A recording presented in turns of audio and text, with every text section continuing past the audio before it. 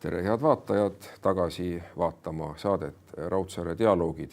Ja äsja möödus 77 aastat ühest Eesti rahva ajaloo traagilisemast päevast. See on märtsi suurküüditamine 25. märtsil, mis toimus 1949. aastal. Ja ma tahaksin öelda, et mul on hea meel, aga ma ei saa nii öelda sellise sissejuhatuse puhul, kuid me räägime täna sellest meie saatekülalise Tõnu Laglega. Tere tulemast! Tervist! Ja Tõnu Lagle on endine sõjaväelane ja on ka ise olnud küüditatud sellel samal märtsi küüditamise päeval. Mida te sellest mäletate? Üldiselt seda küüditamist mäletan väga hästi, aga see on küllaltki pikk jutt. Aga kuulame seda, meil on aega. Tähendab, õhus liikus tõepoolest, et küüditamine nagu tuleb, aga mul ema läks vanematele aitama puid, küttepuid varuda. Ja meie olime siis kodus Peetri talus, 2 õde ja mina. Ja see on Harjumaal? Harjumaal, Urvaste küla, praegusel momendil on siis Rae vald ja Peetri talu oli, mis kuulus siis kunagi mõisale. Me olime majas, tol ajal oli küllaltki paks lumi maas ja me nägime, et tee ääres peatus auto ja sealt tulid inimesed välja.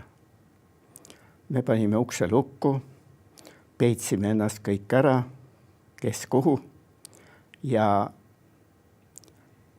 küüditajad tulid, prõmmisid vastu ust, kuid lõhkuma nad ei hakanud, läksid ära.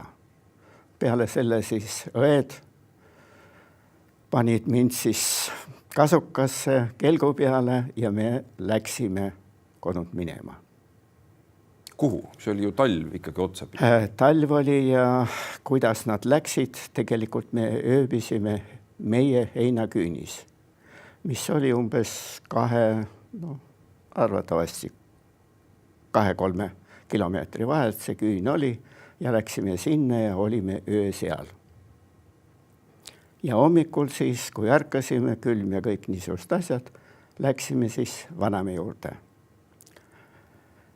No ja seal siis saimegi kokku. Ema, meie 3 ja oligi kõik. Ja auto oli ka kohal. Kõige toredam, traagiline juhtum oli emaga, sest ta kuulis ka küüditamistest ja tahtis tulla siis Peetrile, kus meie lapsed tal olid. Isa oli juba ära viidud 44. aasta sügisel. Tema oli oma kaitses. Ja lõpptulemuseks, kui isast nüüd juttu, et talle määrati siis 15+5 karistust, 25+5 nagu harilikult pandi, seda ei olnud, sellepärast, et ta tahtlikult ei läinud, kuidas öelda, tähendab, Vene sõjaväkke teda ei võetud, sest tal oli näpp ära. Lasta ta nagu ei saanud. No ja siis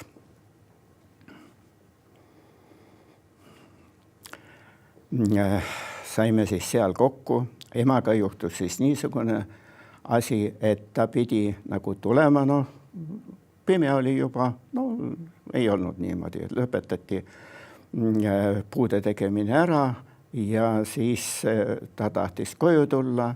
Talle tulid vastu üks ohvitser sõduritega. Ja ema siis läks, kuna ta valdas hästi vene keelt, tema läks neile vastu, palus, et laske mind, et ma lähen oma laste juurde. Ohvitser nägi, et kuulis, et ta valdab korralikult vene keelt ja nemad pidid minema küüditama, kus ta arvas, et vene keelt nad ei oska, et seletada ära. Nad läksid siis, nüüd on uue toa.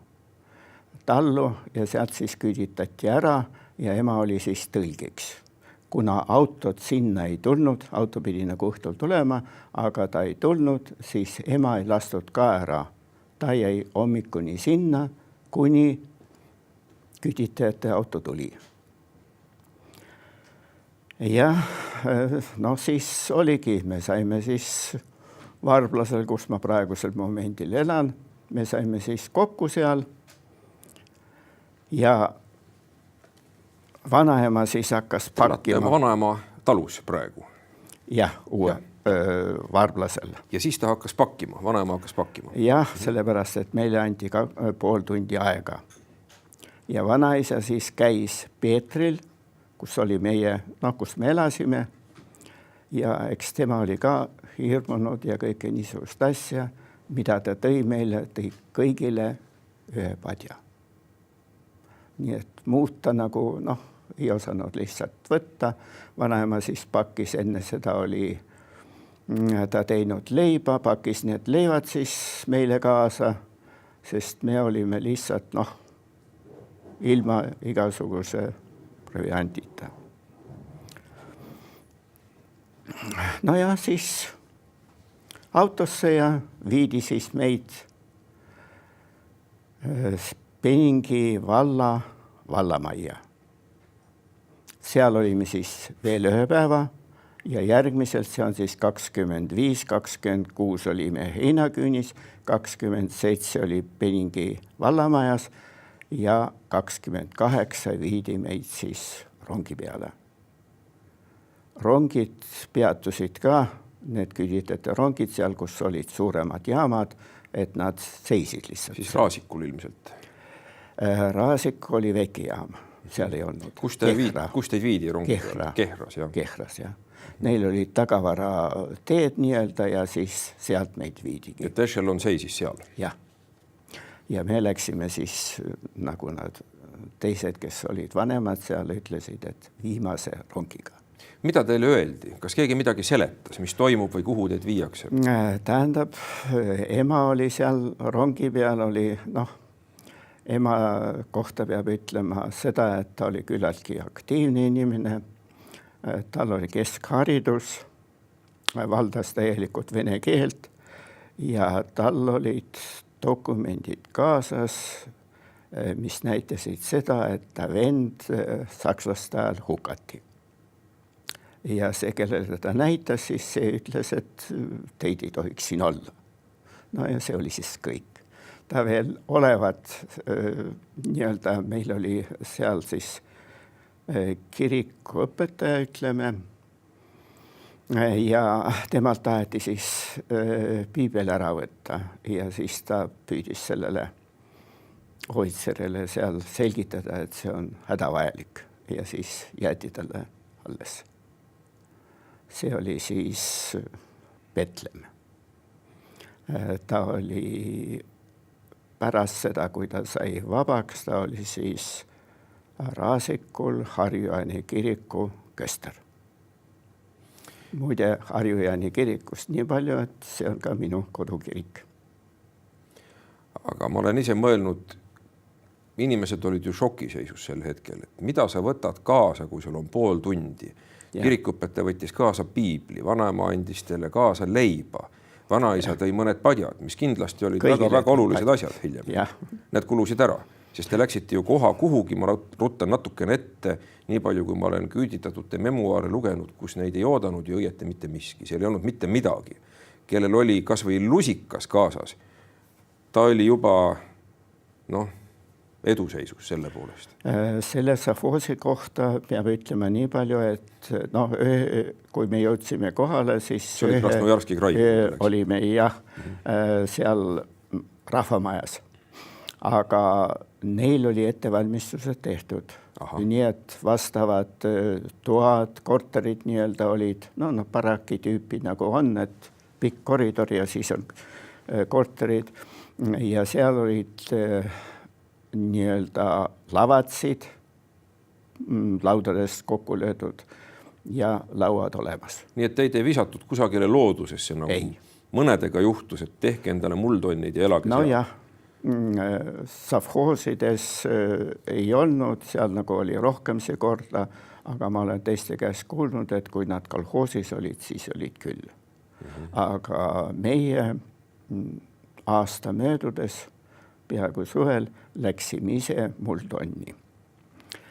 Sest ema oli tõlgina tol ajal 49. aastal siiski vene keel ei olnud populaarne ja teda ei osatud ka.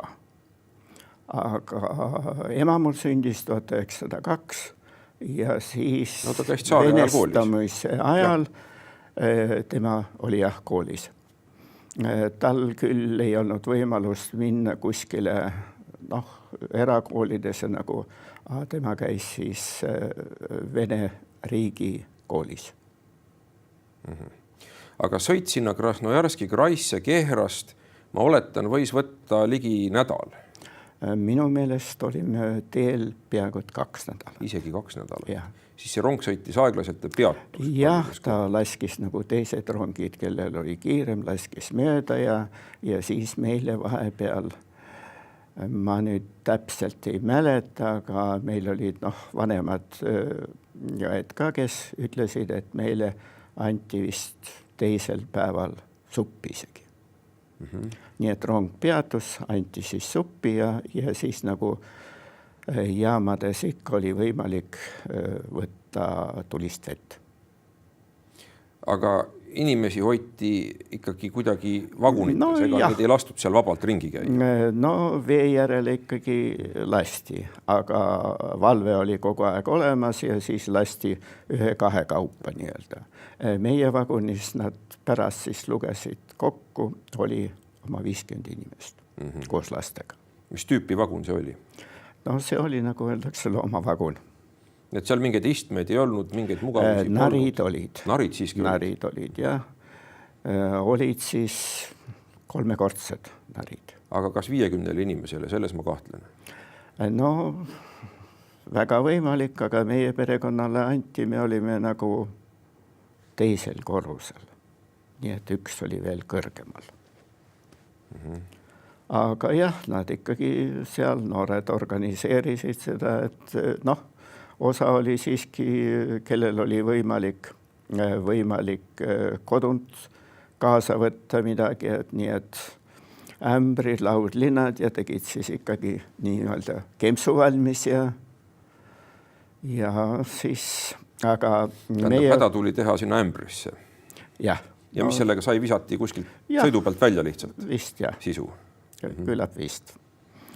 Ja siis aga meie seal olime, piilusime, aknad olid kinni löödud, aga nende vahelt siis piilusime välja ja ega 6-aastane poiss siis nagu midagi traagilist ei olnudki. Et olite 6-aastane tol hetkel, millest ma järeldan, et praegu te olete 83-aastane. Jah. Nii, aga mida sealt näha oli? Rong sõitis? Eks maastik oli näha ja peale siis oli ka, kui Uuralimäed läksid mööda, et siis olid metsad, põhiliselt kuusemetsad. Ja jõudsime siis kohale ja siis oli turg. Tähendab, mõnele kolhoosi või savhoosi esimehele eraldati seal 2 või 3 või rohkem. Ja meie sattusime niimoodi, et meie terve vagun läks savhoosile. Nii et meid nagu valikud ei tehtud. Tööjõuks. Terve vagun võeti savhoosile tööjõuks. Kõik koos lastega, meid oli, tähendab, täiskasvanud mehi oli minu arvast 4 ja ülejäänud olid kõik siis lapsed ja emad. Ja siis see naisterahvas, kellest ma nüüd räägin, ta sattus kolhoosi ja sealt kolhoosis siis seesamane Petlem oli tema tuttav nagu ja nad siis said niimoodi, et ta tuli siis meie savhoosi. Ja siis ta rääkis, et nemad siis seisid, ta oli siis 20-aastane, ütleme. Tema ema ja siis tädi oli tal veel kaasas nii-öelda. No ja kolhoosi esimehed siis tulid nii-öelda mööda, et mis valisid endale nii-öelda. Aga see kõlab nagu inimturg isegi. No jah, seda me oleme siiamaani niimoodi arvestanud. Ja siis oligi, et tema käest siis küsiti, et mida sa oskad. No nii palju vene keelt ta siiski ütles, et et klaverit mängida. Ta oligi õpetaja. Ei kõlvanud ja lõpptulemuseks ta kuskile lihtsalt pandi juurde. Et pidi ju kõik nad ära viima sealt. Užuri jaam oli niisugune. See oli siis sellest Vladivostoki ja Moskva vaheliselt raudteelt nagu kõrvaljaama. Tagasi tulime ka samast jaamast. Nii. Jäime siia pooleli, et kuidas siis läks see inimeste jagamine erinevate kohtade vahel? Jah, niimoodi ta oli. No ja kohale siis jõudsime meid siis, minu meelest me olime, lõuna oli juba läbi, siis viidi meid, võib öelda, klubisse või rahvamajja ja järgmisel päeval siis jaotati meid laiali. Need toad nagu olid tuba köögiga või pliidiga ja siis pandi sinna ikka mõnikord 2, mõnikord 3 perekonda ja siis veidi hiljem oli niimoodi, et üks pere nagu ei mahtunud või midagi niisugust, täpselt ei tea, aga siis lõpptulemuseks oli, et ema võttis meid kaasa ja me läksime umbes 1,5 kilomeetri kaugusele, kus olid muldonnid, läks sinna, sellepärast, et see inimene, keda pidid sinna nagu panema perekond, nemad ei osanud vene keelt. Ja siis ema, kuna ta oli tõlk, siis nõustus, et me läheme ise sinna. Mitmekesi te olite seal muldonnis? Me olime 4 meie perekond, ema ja 3 last. Ja siis need muldonnid siis oli tehtud, seal oli mustmulla vöönd ja kevadel siis lume sulades moodustasid orud. Ta viis lihtsalt kogu aeg, need kasvasid ka pikemaks ja viis selle mulla kaugemale jõkke. Ja siis meil oli kõrval üks küla, kus tehti küllaltki palju kulakuteks, lasti lihtsalt seal maha ja siis nende aidad siis kaevati selle oru külje pealt sisse, nii et ülevalt oli tasane, ainult et aid oli nii-öelda, seal oli võimalik. Ja seal me siis jälle 4 elasime. Kevadel oli see, et kevadel vesi, ühel vähemalt ma mäletan, võib-olla teistel kevadetel ei olnud, et see murdis nagu läbi ja tagaseinas siis tuli sulavesi ja ukses siis läks välja, et uuesti sinna minna. Aga mingit kütet neil ju algupäralt ei olnud? Kütte oli niimoodi, et talvisel ajal Tšulõmm oli jõgi meil, mis seal oli, siis me läksime üle Tšulõmmi ja vana Tšulõmmi ja selle jõe vahel oli niisugune luht, kus kasvasid pajud. Ja neid siis talvel tõime. Talvisel ajal oli näha ju, milline oli kuivanud paju, milline kasvas ja neid siis seljas tatsisime nad mööda seda orgu ülesse ja siis sellest saigi. Aga muidu oli kivisüsi seal. Osa oli isegi niisugust kivisütt, mis tikus läks põlema. Siis ta oli kõrge väärtusega. Jah. Aga kas teil oli muldonnil ikka korsten ka siis või? Muldonnis oli küll. Tähendab, oli pliit seal juba enne tehtud ja siis korstnasse nii nagu oli, et elasime seal. isegi samas muldonnis olid kanad ja lõpupoole meil oli siis, tegime veel kõrvale ühe muldonni, kus oli kits. Nii et proovisime siis ennast majandada. Mida te seal tegite tööna iga päev? Mina olin õpilane. Mäletan nii-öelda esimest, samal 49. aastal sügisel läksin kooli. Eestis te ju ei jõudnud koolis käia, 6-aastasena minnes Siberisse. Siberis jah, pandi meid põhiliselt esimesse klassi. Mul õde, nemad läksid 4. Õde oli minust 6 aastat vanem ja teine oli minust siis 8 aastat vanem. Nii et ma olin pesamuna. Üldkokkuvõttes meid peres oli 5 last. Aga 2 õde ja vend, nad olid juba suuremad ja nad olid linnas. Ja nemad siis jäid sellest küüditamisest, kuigi nad olid nimekirjas, nagu hiljem selgus, aga nad jäid sellest välja. Nad olid Tallinnas siis sel hetkel? Jah. Vend oli Pärnus ja ka niimoodi, nagu kus nad olid. Eks nad varjasid ka siis ennast ja siis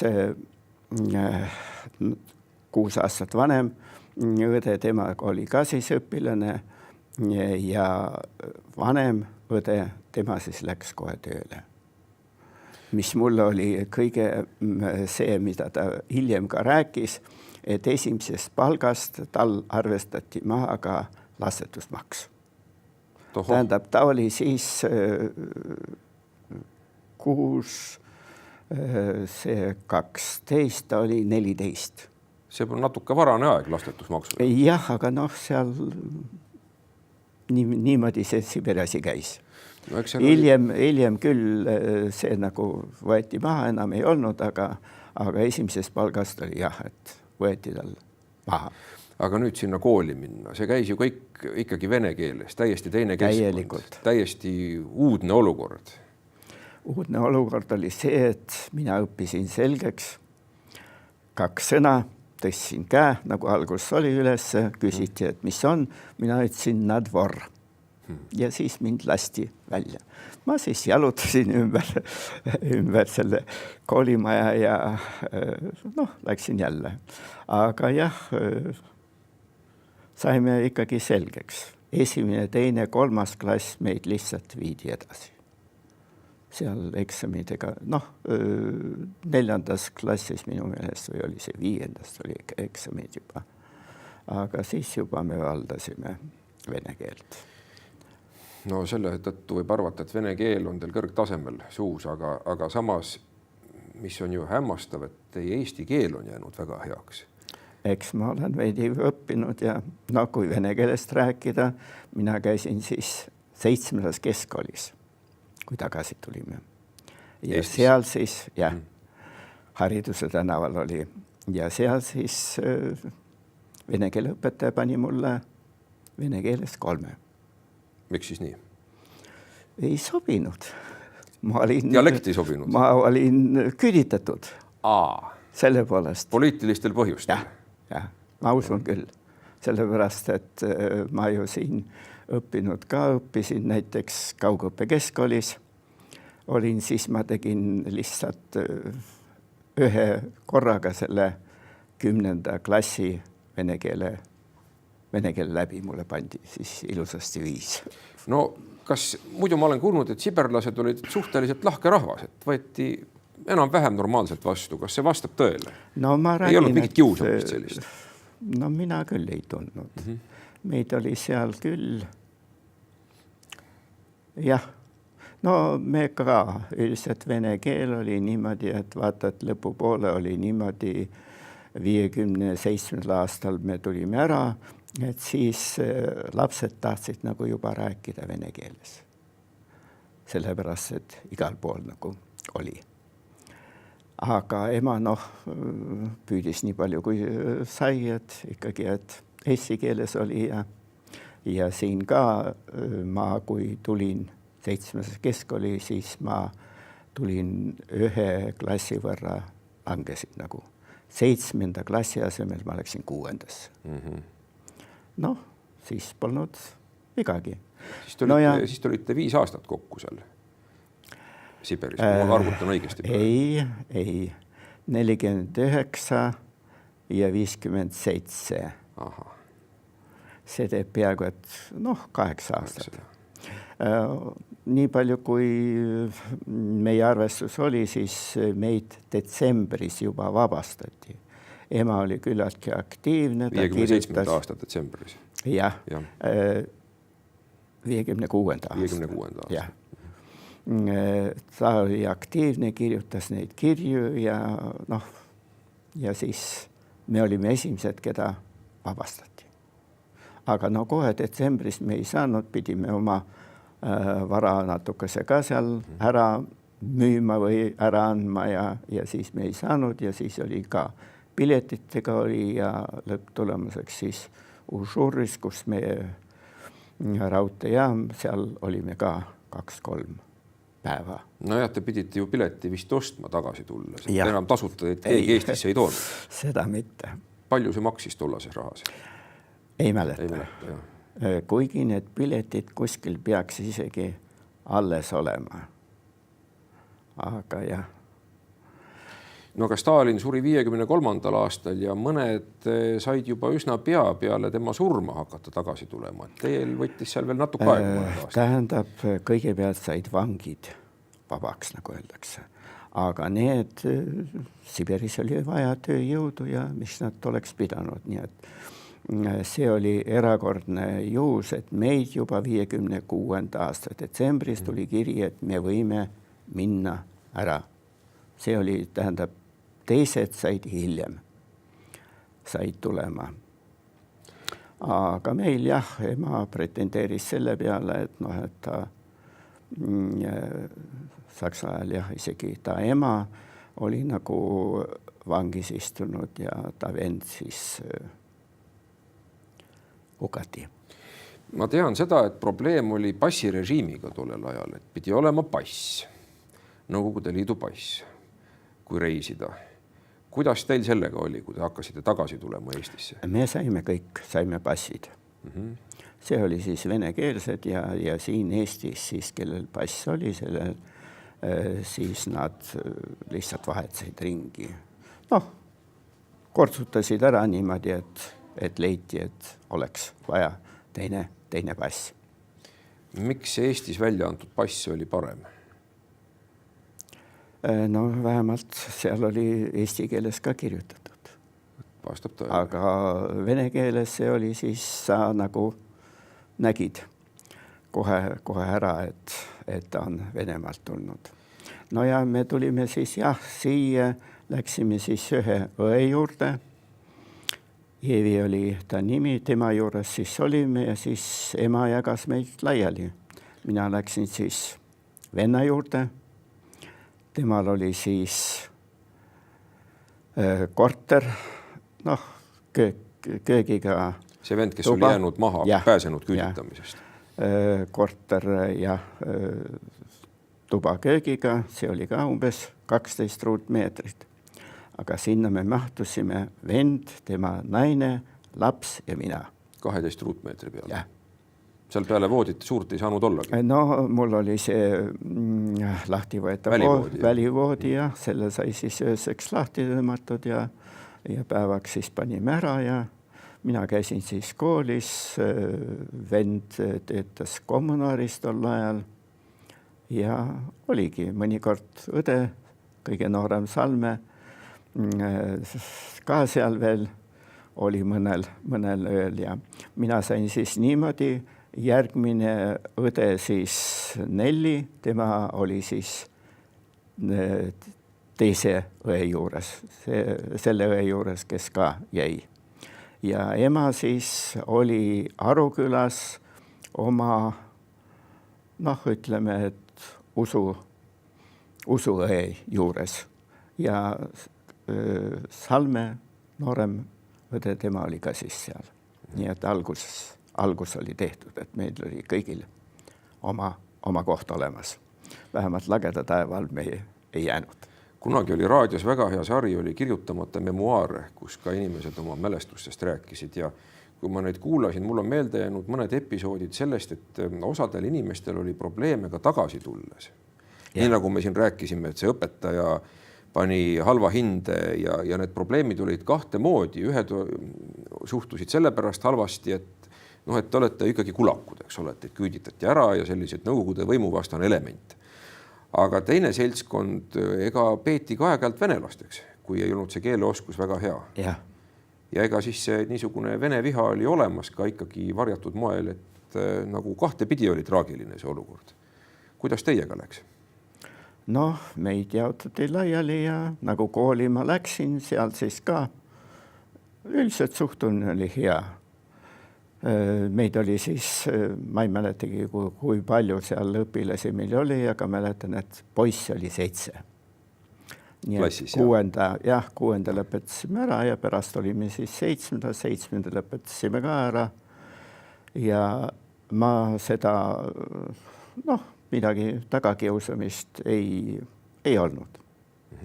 Aga siit paralleeli, kui tõmmata, ma käisin Moskvas täienduskursustel. Seal me olime 2 eestlast ja kui me rääkisime omavahel, siis põrutati et me ei saa aru, rääkige vene keeles. See oli siis... Rääkige inimeste moodi, öeldi selle kohta. Ei, vene keeles ja siis üks ukrainlane astus meie kaitseks välja, et pagan, et las nad siis omavahel ikkagi rääkida. Aga niimoodi oli, jah. Teie perel läks hästi, te tulite kõik tagasi. Tulime, jah. Ja ma arvan, et see ema vene keele oskus ja see organiseerimisoskus oli üks moment, mis teid aitas ja kindlasti teine ka see, et te sattusite ikkagi suhteliselt, kui nii võib öelda, heasse kohta. Jah, selles suhtes küll. Ema oli 2 kohta, ta pidas koristajana, töötas ja ta sai tol ajal 60 rubla. 50. algul see oli veel väga kõva raha. Jah, 61. aastal oli ju rahareform, siis tehti ära. 2 koha peal, jah, siis kui me olime veel keskuses, siis kui me läksime Muldonni, siis koolimaja asetses 2 küla vahel, nagu öeldakse. Ja siis ta oli seal nii koristaja kui kütja. Ja seal oligi siis kütmine, oli siis selle kivisööga ja ega iga kord ka niisugust, see oli haruldus, kui kivisüsi ise nagu põlema läks. Aga muidu oli kivisüsi, tehti tuli alla ühte ahju ja sealt siis kanti lihtsalt kühvliga need põlevad tukid nii-öelda laiali. Teistesse küttekolletesse, jah. Ja ma ka ikkagi aitasin. Ämber maksis ema mulle 5 kopikat välja. Väike teenistus poisile. Jah. Nüüd aga me oleme jõudnud sellisesse aega, kus neid inimesi, kes ise küüditati, jääb üha vähemaks. Midagi pole parata, aeg teeb oma töö. Ja ju teie, kui te küüditati, olite 6-aastane. Nii et meiega saavadki olla need, kes olid tollel hetkel lapsed, kes tulid tagasi, kes mäletavad seda veel, mis juhtus.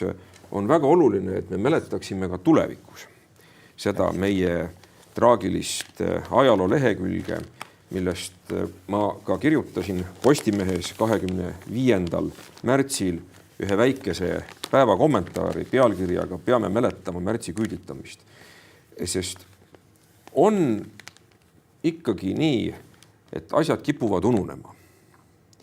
Aga miks me peaksime seda meeles pidama?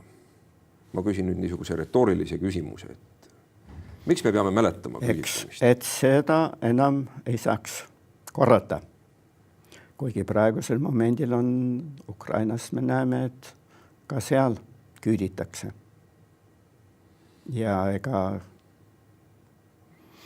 mina vähemalt püüan olla ja käia ka kõigis kohtades, kus on. Kuigi praegusel momendil elan linnast väljas ja ei ole see kerge. oma vanaema talus elate, mida me ka saate algul ütlesime? Tähendab, sellega on nagu pikem jutt. Sellepärast, et see oli saun, kus tema elas. Ja meie talu, nurkatalu, see hävis ära. Vanaisa lihtsalt vanaisa püüdis seal veel elada. Tal oli siis veel õde, kes Tallinna pommitamise ajal tuli ka sinna ja nad nagu kitsikuses olid ja kuna sel momendil oli see vaba, see saun, siis vanaema algus kolis sinna ja vanaisa tuli siis pärast järele. Sest ta õde ja ta mees, need tulid sinna ja üks suri ära ja siis ta õde siis, vanatädi nii-öelda, tema siis viidi vanade kodusse. Jäi maja tühjaks? Siis läkski. Et ta lihtsalt vajus kokku ja me veel käisime sealt neid palke toomas kütteks, saagisime neid ära ja Märtsi pommitamist meenutatakse Harju tänaval sinna küünlaid panna. See on kujunenud traditsiooniks. Mulle tundub, et märtsi küüditamise sarnaseks traditsiooniks, mälestamise traditsiooniks hakkab kujunema Vabaduse väljakule küünalde panemine. Mis te sellest arvate? See on väga tore. Sel aastal oli kuupäevad seal kirja pandud, kuigi möödunud aasta küünlaid oli rohkem. Ma arvan, et see võiks olla üks traditsioon, mille me kujundaksime, mis oleks väga hea, kui me suudaksime seda teha nii, et meeles pidada neid inimesi, kes viidi ja mitte ju kõik ei tulnud sealt tagasi. Ja kui tõesti oleks nii, et iga küüditatu kohta oleks küünal, oleks seal üle 20 000 küünla. Jah, nüüd nad tänu Mementole teatud määral nad tegid selgeks, et nende 3 päeva jooksul 25, 26, 27, et viidi ära üle 22 000. See on väga suur number. Jah, kui seda võrrelda meie vabariigi elanikkonnaga, siis jah, protsentuaalselt tuleb suur. Sest see on üks korralik maakonnalinn elanike arvu poolest. Praegu on mõni linn isegi väiksem. No nii ta kipub olema, jah. Aga et on hea, kui me saame sellise traditsiooni põlistada endale, et ka meie noorem põlvkond seda mäletaks. Selles suhtes juudid on väga tublid oma ajaloo mäletamise koha pealt ja ma arvan, et see on koht, kus meil on mõtet neist õppust võtta. Jah. Aga nüüd siis ka märtsi ja juuni küüditamine, need on ka juba nüüd, riik on nagu selle eest hoolitsenud. Minagi seekord kandsin üht lippu, aga nende lippus oli küllaltki palju. Me käisime enne seal, kus ohvitserid olid, hukatud mälestusmärk oli neile ja siis tulime sealt alla, ikka küllaltki pikk rivi ja seal all olid ka juba lipukandjad ees. No jaa, aga küüditatud jääb iga aastaga vähemaks. Ja nii see on, sest ma mäletan seda, kui 89. aastal oli esimest korda võimalik avalikult meenutada küüditamist Elva raudteejaamas. Perroonil oli rahvas täis ja ma olen Facebookis näinud nendel päevadel meenutusi teistest Eesti piirkondadest, Jõhvist näiteks, üks minu tuttav postitas pilte 89. aastast, kus kogu raudteejaama esine oli paksult inimesi täis. Jah, isegi see linnahall oli paksult rahvast täis, kui kulutati välja Memento 89. aastal. No Mementoga tegutseb praegu. Jah. Praegusel momendil Memento liit on küllaltki aktiivne ja meie ka Tallinna memento.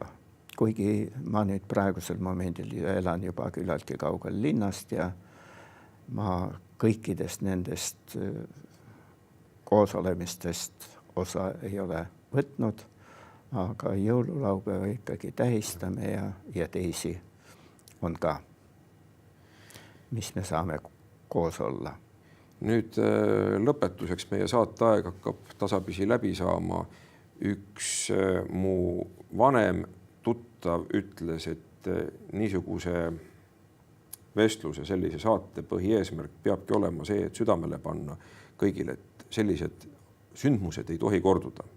Ja me ei tohi võtta seda iseenesest mõistetavana, et meil on rahu ja meie elame siin, nagu öeldakse, vanajumala selja taga ja mitte midagi niisugust enam ei saa juhtuda. Ukraina sündmused näitavad kahjuks, et saab juhtuda. Ja me peame seetõttu nendest asjadest rääkima, ka Ukrainat toetama vastavalt võimalusele ja pidama meeles enda ajalugu, et need sündmused enam kunagi ei korduks. Jah, nii ta on. Aga aitäh, Tõnu Lagle, selle vestluse eest, nende mälestuste eest ja jõudu jaksu teile. Tänan kutsumast. Just.